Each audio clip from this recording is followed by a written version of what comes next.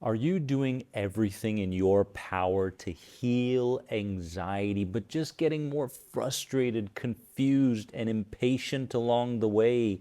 If you answered yes, my friends, this video is for you because we're going to talk about the 3 reasons for why anxiety sticks around. And these are things that most likely you are not aware of. And when I realized these things in my own anxiety disorder recovery, it was a game changer, my friends. So I'm so excited to present this information to you so that you can use it starting today and really supercharge your anxiety recovery, all right? Without wasting any time, I want to get into number 1. Number 1 is because you are obsessed with healing every element of anxiety constantly, instead of living out the identity that you've worked so hard to create. So you're living life from a place of fear of something getting worse rather than the pleasure of something that is being altered.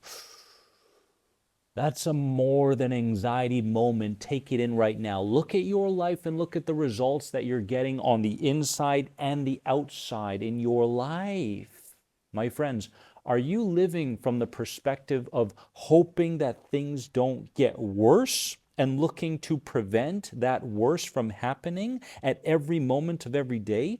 Or are you living your life based on this alteration that's happening, this change that's occurring, going, hey, change is happening? And the interesting thing with change is that the physical body, more often than not, is the last part of us to catch up to the changes that we're making mentally, emotionally, and spiritually. And that's an important point to understand, because a lot of anxiety sufferers who also are dealing with health anxiety, health related concerns constantly, are going, well, I'm putting in all the work. What's going on? Why isn't my body changing? Why aren't these feelings being released? Why are these sensations and symptoms of anxiety still there? Well, that's why they're there. The body is the largest part of the subconscious mind. What we're trying to do here is to convince our lower self, our subconscious mind, that the world is in fact safe. And this brings me to reason number 2. Reason number 2 is that your neurology's job is to make your present reality conform to your memories. I think I have an ant on me. So your neurology's job is to make your present reality right now conform to your memories, my friends. And so this is an important point to understand, because we often think that things that happened in our past are in our past, but that's not necessarily true. And also, when we talk about memories, it's more so the way we interpreted those memories at the deepest levels, right? We saw fear, we heard fear, we felt fear, we tasted fear, we smelt fear in those very moments. And that became the blueprint of everything that we run into in present day. So that's your neurology's job. Whatever memories occurred in your life, it's trying to conform your present reality to fit with those memories. So you're not crazy, you're not going crazy, you're not insane, you're not any of these labels that you give yourself. This is what your neurology feels is best to do right now in your life and the best way to go about life. Now, how does this change your perspective in terms of your anxiety healing? It's important. Now, it also doesn't matter whether it's a memory of the past or the future. Shall I say it? It's a more than anxiety moment that we're having right now. Stay with me. Because if it's a memory of the future, then what we're doing is we are rewriting the memories that happened in our past. Now, in what ways can we do this? Well, the neurology doesn't understand English, it doesn't understand German, it doesn't understand Dutch, it doesn't understand, language as we know it. The neurology does understand imagery. That is why these reframing practices are so important, to rewrite those old memories and to update them, to reperceive them.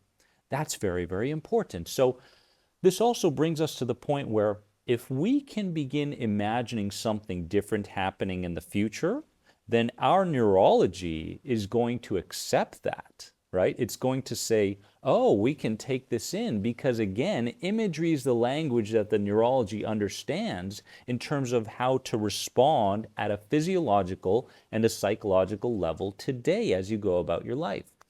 So again, your neurology's job is to make your present reality conform to your memories, past and future. Let's use this going forward. Reason number 3 your anxiety sticks around is that you think that the part of you that's causing the anxiety is you. It's not. Your identity is separate from the programs that are running within your brain and body. That's so important that I feel like I need to say it again. Your identity is separate from the programs that are running within your brain and body. And the biggest epiphany that occurred to me during my anxiety disorder healing was that throughout those first couple years of healing, I thought, you know what, I have to gain the information here, gain the knowledge there, speak to this mentor, go to the acupuncturist, go to the chiropractor, go to the spiritual healer, go to this, go to that. And the more I did, I felt like I was going to get closer to, releasing the tension, releasing the anxiety that was in my mind and body, right?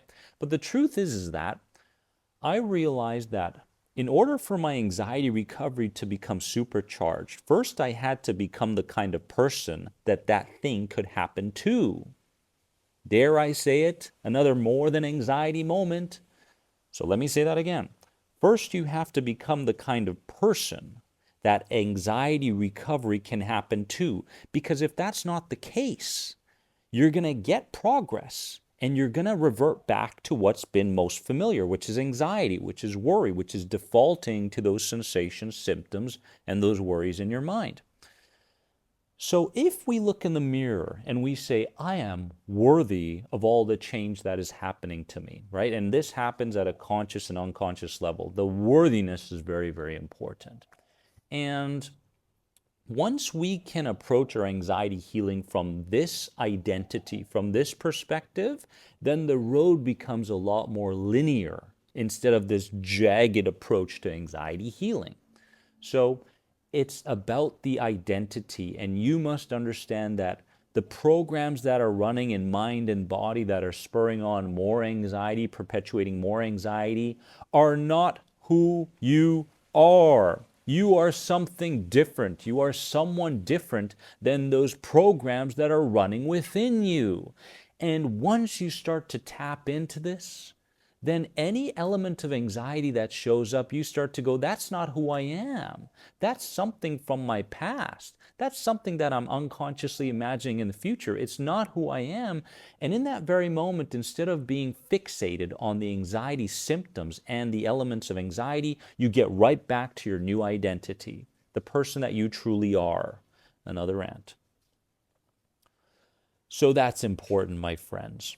I want you to comment below and let me know which one of these 3 epiphanies, these reasons spoke to you most deeply. Comment right now and share this video with someone in need, an anxiety support group in need, because we can help more people out there become more than anxiety. Give this video a like, and remember that I love you. Have a pleasant and progress-filled day. Bye-bye, warriors.